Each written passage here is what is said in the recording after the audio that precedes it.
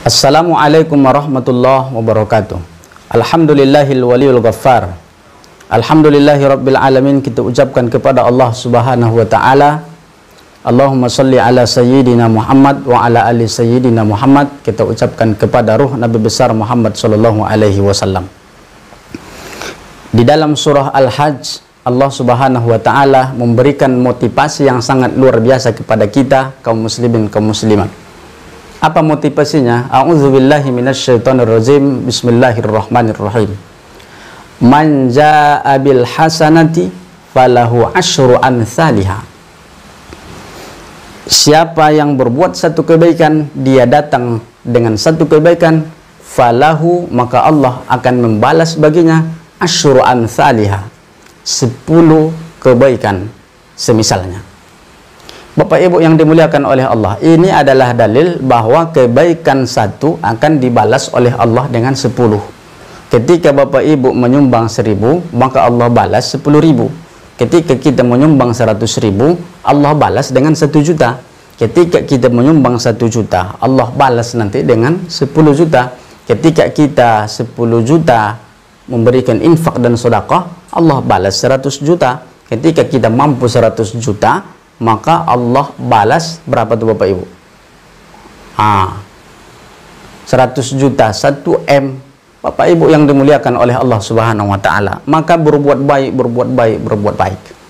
Maka kali ini yang menjadi pokok bahasan kita, level berbuat baik. Ternyata Bapak Ibu, berbuat baik ini ada juga level-levelnya. Ada juga level-levelnya. Bapak Ibu di nomor yang keberapa? Atau lihat nanti. Minimal ada 8 level orang berbuat baik. Yang pertama, level yang pertama, orang bisa berbuat baik ketika saat senang atau bahagia. Dia bisa berbuat baik kepada kita dengan tetangganya ketika dia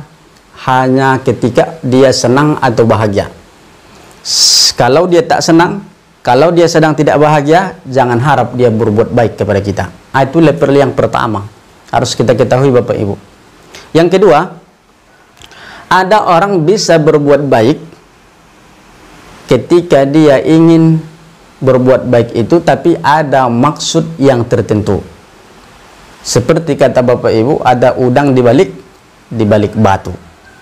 Ustadz akan saya umrohkan, Ustadz akan saya sekolahkan, tapi syaratnya satu, engkau harus menjadi menantu kami. Itu cerita Ustadz, tidak tahu saya. Yang penting ketika dia berbuat baik tapi ada tujuan maksud tertentu. Inilah level yang kedua. Level yang ketiga, ada orang bisa berbuat baik tapi hanya kepada orang yang disukainya saja.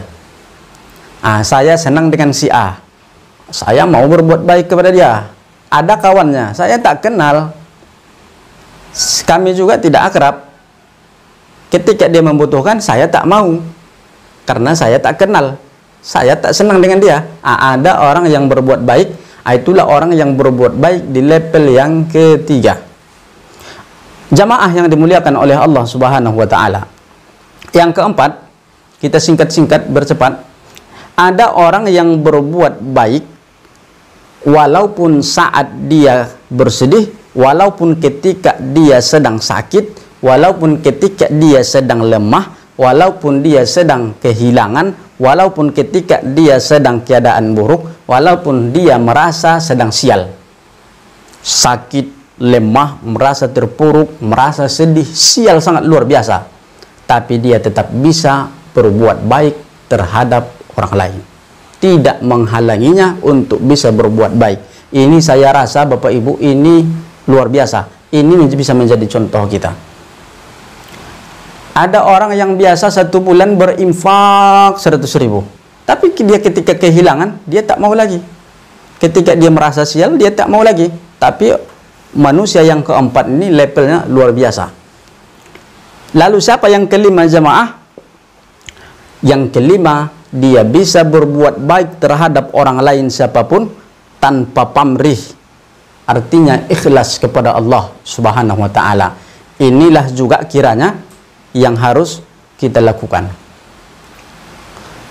Yang keenam, ada orang berbuat baik kepada orang yang tidak pernah berbuat baik kepadanya. Artinya dia mampu berbuat baik sekalipun kepada orang yang tidak pernah berbuat baik kepadanya.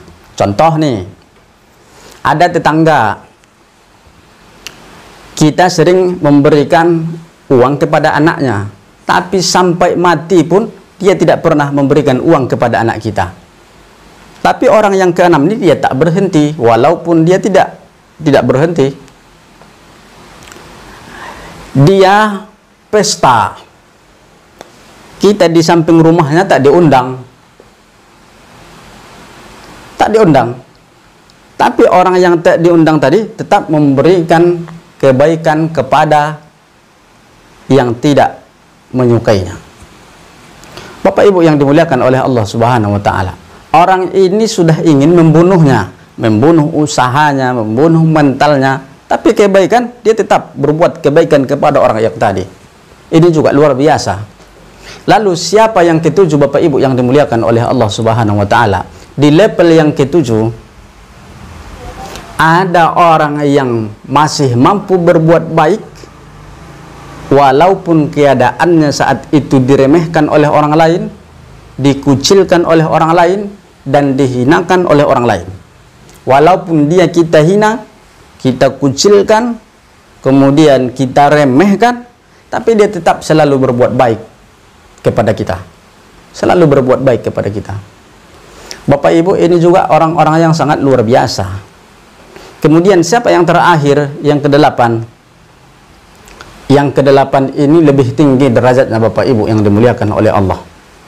Dia orang yang mampu berbuat baik kepada musuh-musuhnya ataupun orang yang memusuhi dirinya.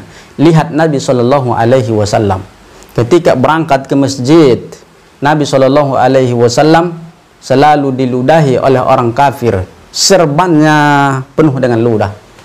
Tapi ketika yang meludah itu sakit, yang pertama yang melihatnya, yang menjenguknya ketika sakit adalah Rasulullah Shallallahu Alaihi Wasallam, yang tiap hari dia ludahi, yang dia anggap itu musuh. Akhirnya apa? Dia pun sadar mengucapkan Islam. Begitulah keindahan Rasulullah Shallallahu Alaihi Wasallam. Yang kedelapan ini, dia mampu berbuat baik walaupun terhadap orang yang memusuhi dirinya. Semoga Bapak Ibu yang dimuliakan oleh Allah Subhanahu wa taala, kita mampu mengambil iktibar daripada 8 level orang berbuat baik di atas dunia. Level manakah kita? Silakan jawab masing-masing. Tapi sudah ada contoh daripada Rasulullah Sallallahu Alaihi Wasallam. Semoga Allah baikkan kita, baikkan keluarga kita, serta dimampukan kita oleh Allah Subhanahu Wa Taala memberikan kebaikan terhadap sesama. Assalamualaikum warahmatullahi wabarakatuh.